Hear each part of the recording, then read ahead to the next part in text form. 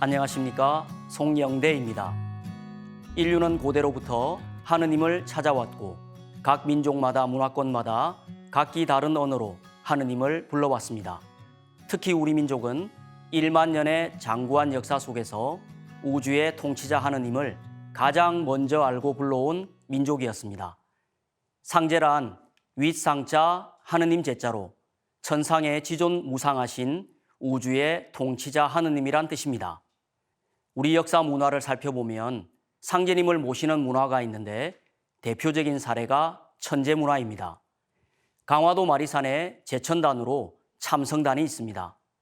약 4300년 전에 단군 왕검께서 상제님께 천제를 올리신 곳인데 오늘날에도 국가의 큰 행사가 있을 때 이곳에서 성화를 체화합니다. 그리고 임진왜란 때 이순신을 천거했던 서해 유성룡은 이순신 장군에게 다음과 같은 글을 주었습니다. 깊은 밤 어둠 속에 상제님께서 내게 임하시네. 방안 깊숙이 홀로 있는 곳에도 신명히 살피고 계신다. 삼가하고 두려워하여 상제님의 법칙대로 따를지어다. 그렇다면 한산섬 달밝은 밤에 큰 칼 옆에 차고 높은 막루에 홀로 앉아 나라의 운명을 깊이 걱정하던 이순신 장군은 누구에게 간절히 기도를 했겠습니까? 바로 상제님입니다. 또한 한 분의 상제님이 만물을 낳고 기르고 다스리시는 삼신의 세 가지 덕성으로 우주를 통치하신다 하여 삼신 상제님이라고도 불러왔습니다. 삼신은 일신입니다. 한 분의 신이 온 우주를 꽉 채우고 있는 얼굴이 없는 하나님입니다. 이 신이 바로 하늘과 땅과 인간, 만물을 낳아준 생명의 근원이 되는 망량님입니다. 이 삼신과 일체가 되어 우주를 통치하시는 분을 삼신일체 상제님, 삼신상제님이라 합니다. 삼신이라는 말은 우리에겐 삼신할머니란 단어로 더 친숙한데요. 이는 본래 삼신의 세 가지 덕성 중 낳는 역할만을 가져다 아이를 점지해 주시는 분으로 여겨왔기 때문입니다. 증산도의 경전인 도전 1편 1장에는 우리 민족이 예로부터 불러온 하느님의 본래 호칭에 대해 이렇게 밝혀주고 있습니다. 이 삼신과 하나 되어 천상의 호천금골에서 온 우주를 다스리시는 하느님을 동방의 땅에 살아온 조선의 백성들은 아득한 예로부터 삼신상제, 삼신하느님, 상제님이라 불러왔나니 상제는 온 우주의 주제자요 통치자 하느님이니라.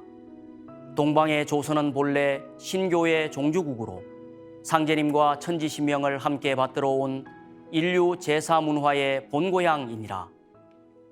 신교란 하늘에 계신 상제님으로부터 직접 가르침을 받고 상제님을 모셔온 인류의 원형 문화입니다. 우리 한민족은 인류의 모체이자 뿌리 문화인 신교의 종주국으로 상제님을 가장 먼저 알고 모셔왔던 것입니다. 나라의 통치자들은 제천단을 높이 쌓고 하늘에 계신 상제님께 천제를 지내왔고 백성들은 장독대 위나 부엌의 정갈한 곳에 청수를 모시고 상제님께 비는 신교 신앙을 해왔습니다. 또한 상제님이 천상의 북두칠성에 계심을 알고 칠성을 향해 비는 칠성신앙을 해왔던 것입니다. 이 모두가 신교 문화였습니다. 그러니 이 신교의 주인이신 상제란 호칭에는 천상에서 대우주를 직접 다스리시는 통치자 하느님의 위격과 존재의 모습을 가장 잘 담고 있으며 우리 민족이 인류 역사상 가장 먼저 불러온 하느님의 본래 호칭이라는 것을 알 수 있습니다. 그런데 지금 우리는 왜 이 하느님의 본래 호칭인 상제란 말을 잘 모르고 있을까요? 놀랍게도 지금으로부터 약 100여 년 전까지만 하더라도 우리 민족은 누구나 하느님을 상제님으로 알고 불러왔습니다. 지금의 국호 대한민국이 대한제국에서 왔음을 다들 잘 알고 계실 겁니다. 고종 황제가 조선을 대한제국으로 바꿀 때 가장 먼저 한 일은 하늘에 계신 상제님께 천제를 올린 일이었습니다. 또 온 백성들이 다 함께 부를 대한제국 애국가를 만들어 반포하였는데 그 가사의 첫 소절과 마지막 소절도 상제님으로 되어 있습니다.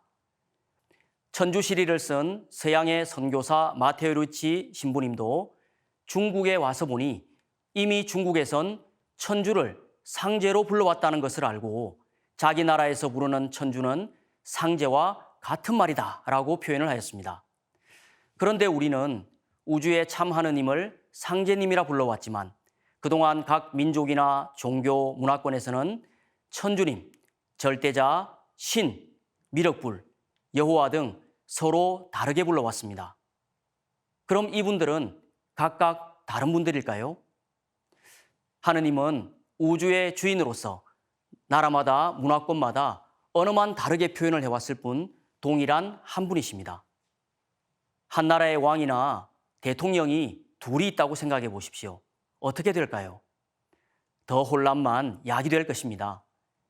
대우주의 통치자 하느님도 한 분으로 정확한 공식 호칭 상제님으로 불러야만 온 인류가 올바른 하느님을 찾을 수가 있는 것입니다. 이 동일한 한 분이라는 올바른 인식을 하는 것이야말로 인류가 진정한 평화와 대화합의 길로 나아가는 지름길이며 구원의 절대적인 핵심 문제라 볼 수 있습니다. 불교의 석가 부처님은 장차 말법의 시대가 오면 통일의 하늘에 계신 미륵 부처님이 인간으로 오신다고 하였고, 기독교의 예수 성자는 나를 보내신 아버지 하나님이 직접 오신다고 하였습니다. 또 유교의 공자는 주역의 원리로 우리나라를 간방으로 보았는데 상제님이 동방 땅으로 오시고 간방인 한국에서 모든 성인의 말씀이 이루어진다고 하였습니다. 여기에 대해 증산도 도전에서 상제님은 이렇게 말씀을 해 주셨습니다. 예수를 믿는 사람은 예수의 재림을 기다리고, 불교도는 미륵의 출세를 기다리고, 동학신도는 최승훈의 갱생을 기다리나니 누구든지 한 사람만 오면 각기 저의 스승이라 하여 따르리라. 예수가 재림한다 하나 곧 나를 두고 한 말이니라. 공자 석가 예수는 내가 쓰기 위해 내려보냈느니라. 이 말씀은 공자 석가 예수를 보내신 분은 여러 사람이 아니라 동일한 한 분의 하느님이신 상제님이시며, 선천의 성자들은 자신들을 내려보내신 상제님이 이제 우주의 가을철을 맞아 인간 세상에 직접 오신다는 것을 알렸다는 것입니다. 불교의 석가 부처는 천주님을 미륵님이라 부르는데 이 미륵님이 계신 곳을 도솔천이라 하였습니다. 그리고 여당 귀하라, 도솔천 천주님이신 미륵님께 너희들은 마땅히 귀하라고 하였습니다. 또 석가 자신의 사후 3000년이 지나면 말법의 시대가 오는데 그때 인류를 구원하시기 위해 도솔천에 계신 미륵님이 바다에 둘러싸인 동방의 나라, 즉 우리나라로 강세하신다고 분명히 밝혀주었습니다. 또한 석가 부처는 수석 제자 마하가섭을 비롯해서 군도발탄 빈두로와 자기 아들인 라울라 등 4사람을 은밀히 불러 너희 네 성문은 지금 열반에 들지 말고 말법의 시대에 이 세상을 구원하시기 위해 미륵 부처님이 오시니 그때에 미륵 부처님의 도를 받아 열반에 들라고 명령을 합니다. 얼마나 중요하고 비밀스러운 이야기였으면 이 4사람만 따로 불러 특별히 전하였을까요? 기독교의 예수 성자는 천상의 아버지 하나님이 계시고 그분이 나를 보내셨다고 하였습니다. 내가 스스로 온 것이 아니로다. 나를 보내신 이는 참이시니 너희는 그를 알지 못하나 나는 그를 아노니 이는 내가 그분에게서 왔고 그분이 나를 보내셨음이라고 하였습니다. 영어 성경에 보면 I am from him and he has sent me라고 되어 있습니다. I는 예수님 자신인 1인칭이며 he는 나와는 다른 천상의 아버지를 가르치는 3인칭입니다. 예수님은 지금 지상에 와 있는 나는 저 멀리 천상에 계시는 아버지가 보내셔서 온 것이라고 분명히 나와 he인 아버지 하느님은 다른 분임을 밝혀주었습니다. 그리고 예수의 제자인 사도 요한은 천상의 흰 보좌 위에 앉아 계신 아버지 하나님을 영으로 올라가 직접 보았고 앞으로 그 아버지 하나님이 직접 인간으로 오신다는 것을 이렇게 알렸습니다. 주 하나님이 가라사대 나는 알파요 오메가라. 이제도 있고 전에도 있었고 장차 올 자요 전능한 자라 유교의 결론도 상제님이 우리나라로 오신다는 것입니다. 공자는 주역 설계전에서 제출호진이라 하여 상제님께서 동방 땅에 강세하신다는 천지의 비밀을 알려주었습니다.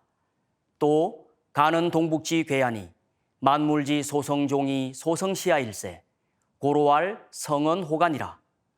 가는 동북방의 괴이니 만물이 완성되어 마치는 바이며 또한 만물이 이루어져 처음으로 시작되는 바이기 때문에 말씀이 간방에서 완성된다라고 하였습니다. 간방은 동북방인 우리나라를 말합니다. 우리나라에서 선천의 모든 문명이 매듭을 짓고 다시 후천의 새 문명이 열린다는 놀라운 소식을 전한 것입니다.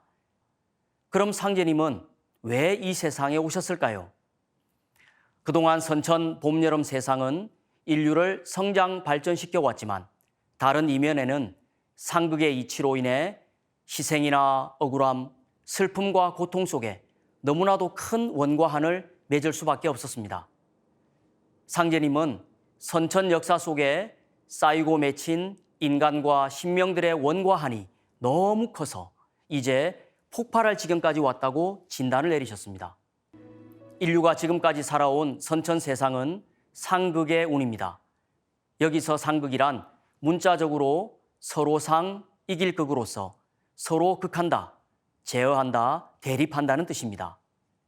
하늘도 땅도 인간도 신들도 이 상극의 운에 갇혀 살아왔습니다. 그 결과 선천 세상을 살다 간 인간은 누구도 가슴 속에 원과 한을 품게 되었습니다. 인류 역사가 시작된 이후로 지금까지 원한을 맺지 않고 살다 간 사람은 한 사람도 없습니다. 그동안 동서양의 각 종교의 가르침은 상극의 삶을 상생의 삶으로 바꾸고 인류를 구원의 길로 인도하려고 노력하였습니다. 하지만 상극의 운 속에서 그것은 이루어지기가 어렵습니다. 천지신명들은 인류가 멸망할 위기에까지 처한 심각성을 깨닫고 이제는 우주의 통치자, 우주의 주재자이신 상제님이 직접 나서시지 않으면 그 누구도 해결하실 분이 없다고 상제님께 달려와 하소연을 했습니다. 평소 동네의 병원에서 진료를 받다가 너무 큰 증상이 나타나거나 더 이상 작은 병원에서 손 쓸 수 없는 큰 수술을 해야 될 병은 보통 어디를 가보라고 합니까? 의료시설이 더 뛰어난 서울의 큰 종합병원이나 대학병원으로 가보라고 하지 않습니까? 오직 상제님만이 해결하실 수 있는 우주적인 대수술이기에 그 간절한 하소연을 들으시고 상제님께서 인류를 구원하시기 위해 마침내 인간 세상에 강세를 하신 것입니다. 그토록 온 인류가 애타게 기다려온 상제님은 지금으로부터 약 150여 년 전에 우리나라 땅으로 오셨습니다. 증산도 도전 1편에는 상제님의 탄강에 대해 자세히 소개하고 있습니다.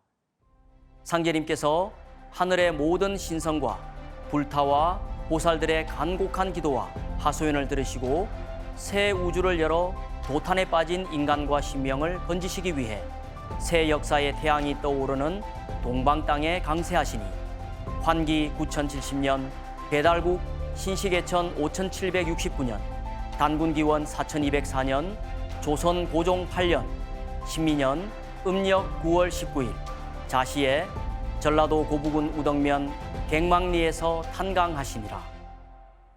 상제님이 탄강하신 마을은 전라북도 고부군 우덕면 갱망리입니다. 갱망리는 백두대간의 지기가 흐르고 흘러 최종적으로 맺혀 있는 시루산 아래의 마을입니다. 현재의 지명으로는 전라북도 고부군 덕천면 신월리입니다.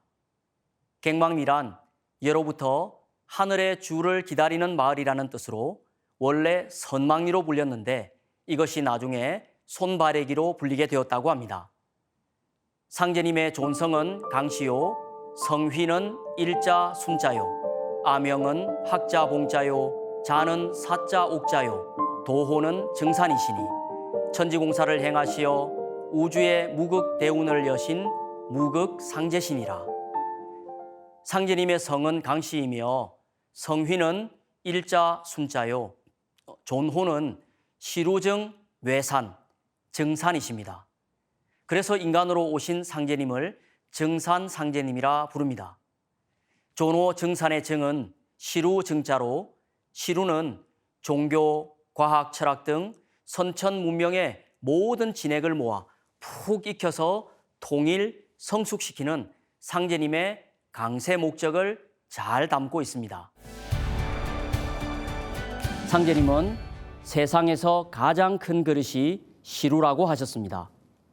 세상에 시루만큼 큰 그릇이 없나니 황하수의 물을 길어다가 다 부어보아라. 아무리 부어도 시루의 물을 못 채울 것이로다. 시루는 황하수를 다 먹어도 오히려 차지 않으니 천하의 그릇 중에 제일 큰 것은 시루니라.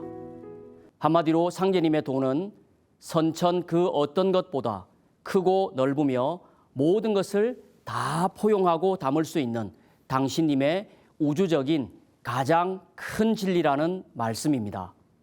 그런데 이 시루가 상제님의 강세와 직접 연관이 있다는 것을 이미 1300년 전에 미리 알린 분이 계신데요. 그분이 바로 통일신라시대 진표대성사님입니다.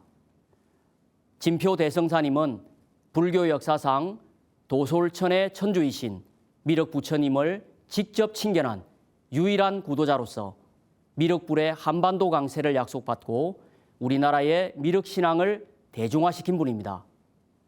진표대성사님은 밑없는 시루를 걸어놓고 그 위에 불상을 세우라는 미륵불의 계시를 받고 시루 위에 미륵금상을 세워 금산사 미륵전을 완공합니다. 여기서 밑없는 시루를 걸라는 계시는 앞으로 미륵님이 시루를 바탕으로 한 정산이란 도호로 강세하실 것을 은밀한 비유로 알려주신 것입니다. 지금도 금산사 미륵전에 가보면 여전히 미륵금상 아래에 시루 모양의 철 수미좌를 확인할 수 있습니다. 상제님이 탄강하신 갱망리의 주산 시루산도 한자로는 정산입니다. 그래서 그럴까요? 상제님이 오시는 땅인 우리나라 지명에는 유달리 시루와 관련된 이름이 많습니다. 대전의 주산인 보문산의 주봉은 시루봉입니다. 하느님이 우리나라로 오신다는 놀라운 소식을 알았기에 아마 이 땅 곳곳에 미리 새기며 요즘 말로 미리 찜을 해두었던 것은 아닐까요? 또 상제님께서는 많은 성시 중 강시로 오신 이유를 이렇게 밝혀주셨습니다. 세상의 성으로 풍가가 먼저 났으나 전하여 오지 못하고 다만 사람의 몸에 들어 채상의 칭호로 쓰이게 되어 풍신, 풍채, 풍골 등으로 일컫게 되었을 뿐이요 그 다음에 강가가 났나니 강가가 곧 성의 원시라. 그러므로 이제 개벽시대를 당하여 원시로 반본하는 고로 강가가 이를 맡게 되었느니라. 강씨는 현존하는 인류 최초의 성씨입니다. 그럼 상제님은 지구상 그 많은 나라 중에 왜 이 땅 한반도로 오셨을까요? 여기에는 중요한 몇 가지 이유가 있습니다. 오행의 원리로 봄은 목에 해당하고 여름은 화에 해당합니다. 가을은 금, 겨울은 수, 중앙은 토에 해당합니다. 우주의 겨울철에서 봄철로 넘어갈 때는 수생목해서 상생작용을 합니다. 우주의 봄철에서 여름철로 넘어갈 때도 목생화해서 상생작용을 합니다. 그러나 우주의 여름철에서 가을철로 넘어갈 때는 화극금해서 불이 쇠를 녹여버리는 상극작용이 일어나 엄청난 우주적 대변국이 발생합니다. 이것을 우주의 가을개벽, 후천 대개벽이라고 합니다. 지금은 우주의 여름철 말기 중에서도 끝자락에 와 있습니다. 이미 전문가들은 최근 지구촌 곳곳에서 발생하는 기상이변은 이미 자연재앙 수준을 넘어섰고 전염병의 창궐, 문명의 충돌로 지구 멸망은 시간 문제라고 말하고 있습니다. 그대로 넘어가면 화극금의 충격으로 지구는 멸망을 해버리고 맙니다. 이를 극복하고 해결해 주시기 위해 우주의 여름과 가을이 바뀌는 하추 교역기에는 반드시 우주의 중심 토자리에 계신 상제님께서 인간으로 오셔서 화생토, 토생금의 원리로 생명의 다리를 놓아주십니다. 지리적으로 한반도는 지구의 혈자리입니다. 혈자리란 기가 모이는 명당 자리로 한반도가 지구 생명의 중심이 되는 땅이기 때문입니다. 이것을 밝혀주신 분이 증산도 안운산 태상종도사님이십니다. 태상종도사님은 땅이라는 게 그냥 함부로 생긴 것이 아니다. 우리나라가 지구의 혈이다. 즉 우리나라를 바탕으로 해서 이 지구가 형성됐다는 말이다. 또 우리나라가 이 지구의 혈이기 때문에 우리나라에 우주의 절대자가 오시게 그렇게 정해져 있는 것이다 라고 말씀해 주셨습니다. 또 앞서 진표 대성사님이 미륵님이 오실 것을 약속한 땅도 바로 한반도입니다. 이렇듯 상제님이 강세하시는 이치는 우주 원리적으로 보나 지리적, 역사적으로 보나 한반도로 오시게끔 되어져 있는 것입니다. 나라의 최고 통치권자의 능력과 권력을 대권이라고 하죠. 그럼 상제님이 다스리시는 권능의 세계는 어떤 경계일까요? 상제님은 우주의 통치자로서 신명계를 포함하여 하늘, 땅, 인간 세계를 맡아 다스리시기에 우주에서 가장 큰 상제님의 조화 권능을 삼계 대권이라고 합니다. 내가 삼계 대권을 주재하여 조화로서 천지를 개벽하고 불로 장생의 선경을 건설하려 하노라. 삼계 대권으로서만이 선천천지의 상극 질서를 바로잡고 천지의 대병을 치유하여 삼계에 가득 찬 인간과 신명의 원한을 끌어서 새 우주를 여실 수 있습니다. 대원사 칠성각에서 공부하신 지 20하루 만인 신축년 7월 7일에 천둥과 지진이 크게 일어나고 상스러운 큰 비가 쏟아지는 가운데 무상의 대도로 천지 대신문을 여시니 이로부터 삼계 대권을 주재하시고 우주의 조화 권능을 뜻대로 행하시니라. 상제님은 31세 되시던 신축년에 이르러 이제 천하의 대세가 종전에 알며 행한 모든 법술로는 세상을 건질 수 없다 하고 선언하시고 모악산 대원사 칠성각에서 21일간 수도를 하시어 마침내 음력 7월 7일 만고에 없는 중통인의의 대도통을 이루셨습니다. 예로부터 상통천문 하달지리는 있었으나 중통인의는 없었나니 내가 비로소 인의를 통하였노라. 상제님은 하느님이신데 굳이 도통을 하실 필요가 있나요? 라고 궁금해하시는 분도 계실 겁니다. 상제님의 도통은 이전 성자들의 도통과는 완전히 차원이 다릅니다. 뭐가 다를까요? 상제님 말씀에는 예로부터 상통천문 위로는 하늘을 통하고 하달지리 아래로는 땅의 이치를 통한 자는 있었다. 그러나 인간에 대해 완전히 도통을 이룬 자는 없었다고 하셨습니다. 과거 성자들은 인간의 길에 대해 사랑과 자비 등 좋은 가르침도 많지만 인간 문명의 여러 문제들, 예를 들어 상극, 부조리, 부조화, 어금존양, 원한의 문제 등을 근본적으로 해결하지 못했습니다. 상제님의 중통인이란 가운데 중자 관통하다라는 통자로 인의, 즉 인간사의 모든 일에 관통을 한 경지를 말합니다.